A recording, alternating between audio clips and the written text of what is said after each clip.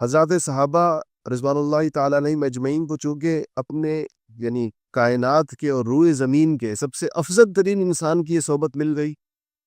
ان کی یہ خوش نصیبی تھی کہ وہ اس اللہ پاک نے ان کا انتخاب اس کے لیے فرمایا۔ حدیث شریف میں آتا ہے کہ اللہ جل شانہ نے صحابہ کا انتخاب فرمایا ہے کہ یہ رسول اللہ صلی اللہ علیہ وسلم کے ساتھ ہوں گے، یہ وہ لوگ ہوں گے جو حالت ایمان میں آپ کو دیکھیں گے اور آپ کی بات سنیں گے۔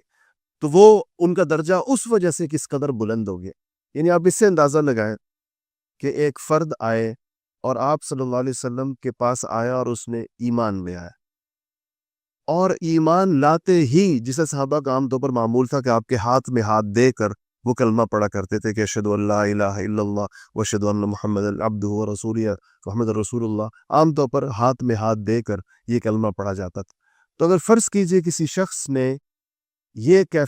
آئے کوئی آدمی اور ایمان لائے، اور ابھی آپ صلی اللہ علیہ وسلم کے ہاتھ میں اس کا ہاتھ ہو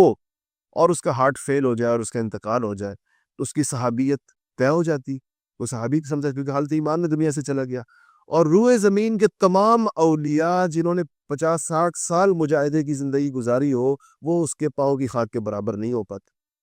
تو اس سے پتہ چلتا ہے کہ یہ صحبت اللہ جل شانہ نے اسے کتنی بڑی قیمت لگائی ہے بمقابلہ عمل، ورنہ عمل تو ان لوگوں کا زیادہ ہے جن لوگوں نے 50 سال تہجد پڑھی ہوگی، جنہوں نے 50 سال زکاتیں دی ہوگی، جنہوں نے 50 سال